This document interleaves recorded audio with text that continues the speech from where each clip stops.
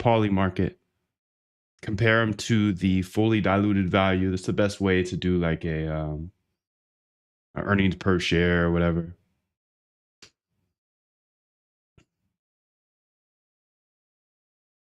I have enough data now. Let me compile what I've found into a concise table. Here's the data from the public sources. Good.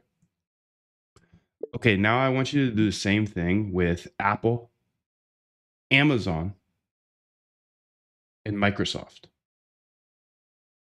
Okay, I want you to give me the year one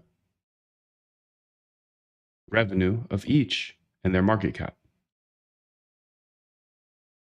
Also, give me year two revenue and their market cap. Now you have to go back into the archives for this, but go ahead. Okay, so let's go ahead and see what's going on with Hyperliquid revenue. First off, their quarterly revenue is 140 million. Beastie. We all know that.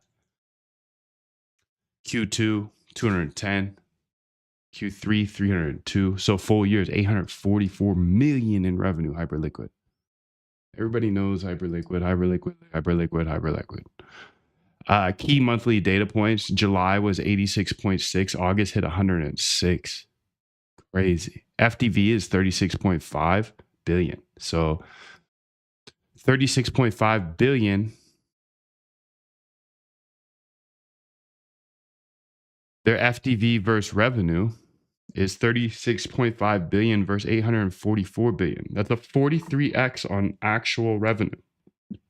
This is real. Now at their current run rate, because the revenue is down a bit, it's 52x. So revenue by their fully diluted value. So it's like a 40 to 50x on their revenue, their fully diluted value. Okay.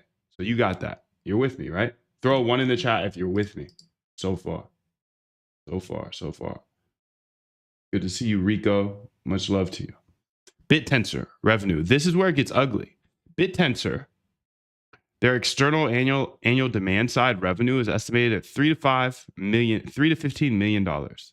The shoot subnet is 14.4% of supply. Generates only 1.3 to 2 million in annual external revenue. Subsidized at 22 to 1 or 40 to 1 ratio by token emissions. The FDV is 7.5 billion for this right here. 7.5 billion. Okay. John, what's up, dude? So FDV on BitTensor 7.5 billion versus revenue of 3 to 15 billion or million. So it's a 500 to 2500x. Absolutely insane relative to demand. So Hyperliquid, they have 844 million in revenue. Their market cap is 36 billion. That's a 52x, 40 to 52x based on their revenue to fully diluted value. Okay. BitTensor has 3 to 15 million in revenue at a $7.5 billion market cap. That's 500 to 2500x. Absolutely insane. Okay. So obviously, out of these two, BitTensor or Hyperliquid, Hyperliquid is the better, like, if you're valuing it on multiples, I know everybody's valuing BitTensor on narrative. I get that. Polymarket. Polymarket is private. The revenue, Polymarket generated zero in protocol revenue in 2025. It operated fee-free while scaling. Fees were introduced in January 2026 for crypto markets. At current 9.5 billion in monthly revenue, its implied revenue of 25 million, or annualized at 300 million. The valuation targeted at 20 billion is their current valuation. On the 300 million annualized revenue, it's about 67x, but fees literally just got turned on weeks ago.